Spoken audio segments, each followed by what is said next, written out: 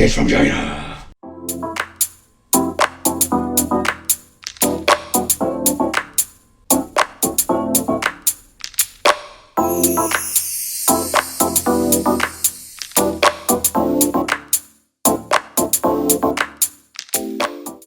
Welcome to the Wicked Gamer and Collector. Welcome back to the YouTube channel. So in today's video, it's time for a new 8-bit Famicom clone system.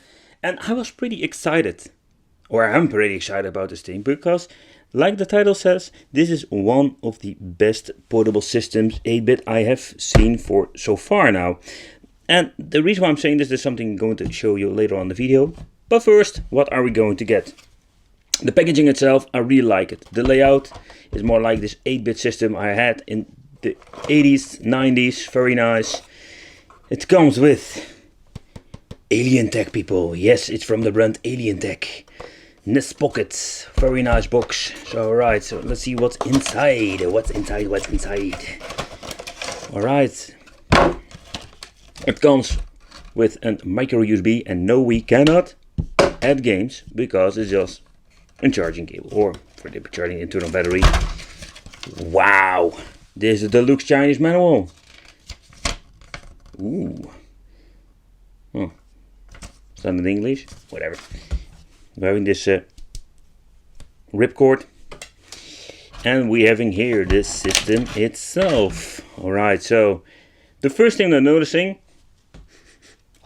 no chemical plastic, and this thing is quite heavy. So, and there was also something that I just wanted to show you. The touch of the buttons. Serious, if I close my eyes now, and you're going to tell me, Wicked, it's an original NES from Nintendo, I serious would believe you, because this thing feels pretty cool.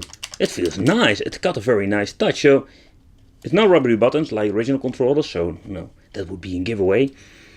But this, no, it feels nice. It feels very nice.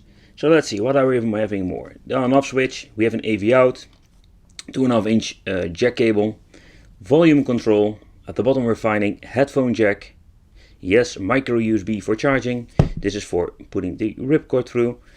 And let's see what we have here in the back. Oh, it's more like a combination thing. So we can use this BL5C battery. And if you remove it, you can use normal batteries. Wow, okay. This is something you don't see very often with these cheap devices, because this one is more like in the range of the cheap portable system from China with 8-bit games. Alright, I'm ready. Let's play some games. Alright, so the first thing I noticed with this thing, the screen itself is pretty huge compared with all the other 8-bit clones. And look at the view angle. Wow, it's not bad at all. Alright, let's do a closer up view of the screen, and we're going to check out what kind of games are on it. So, alright, so the games. It starts very nice, even Kirby Adventure. No, people, so far I know we can't save, so let's put that thing up front. A lot of people are going to ask, can you save? No, you can't. A few lists of games are pretty good. The song doesn't repeat. When you're done with the song, it just stops and you get this zooming sound. Here it comes. There is always something they need to mess up, don't they? But alright, we don't have this annoying selection screen of the language. It just starts up the game, so I'm very happy with it. Okay, let's play some games. The evil Kirby is here.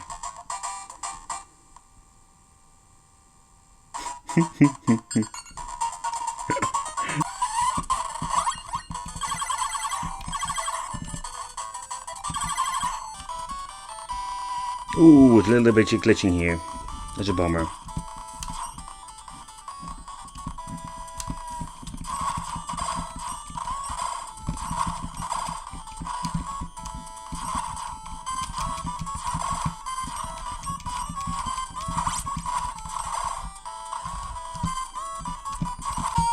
And yes, they have put it homebrew games on this thing.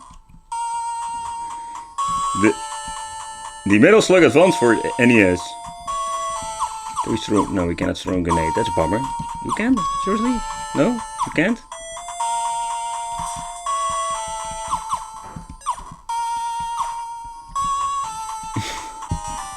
Alright, Mario Kart! With 2 characters.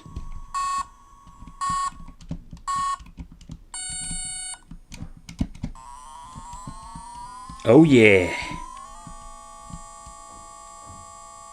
Going almost 300 kilometers per hour. Yeah! Woo! Here I come! You're all pretendo! Coming for you, Luigi! I am number 1!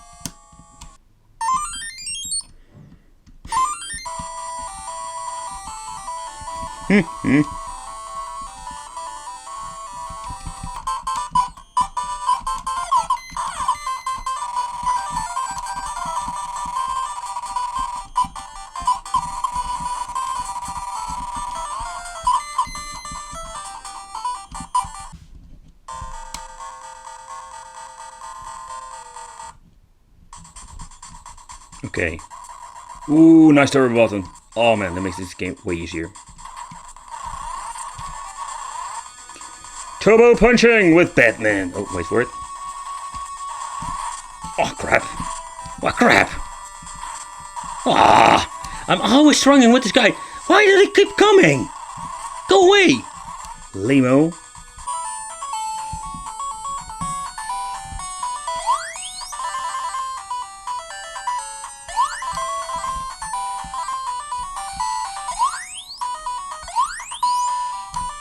I can jump on it, cool.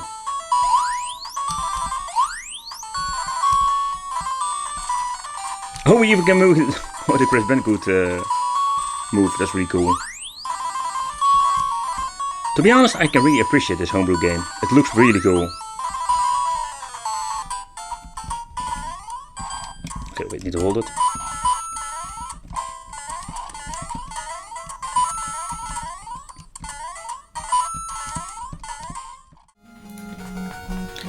Alright people, so this is what we're going to get with the TV out. Keep in mind I'm using this HD upscaling.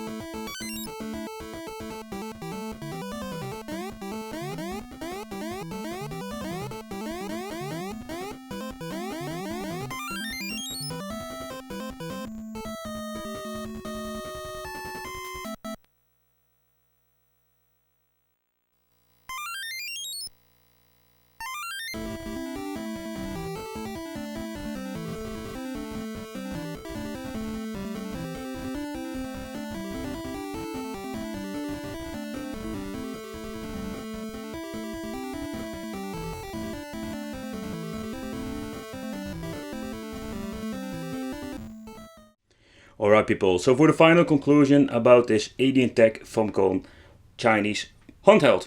So first, the reason why I think it was most surprised about this was the build quality. It feels quite heavy, it got a built-in battery, it looks like an NES, so that's really cool.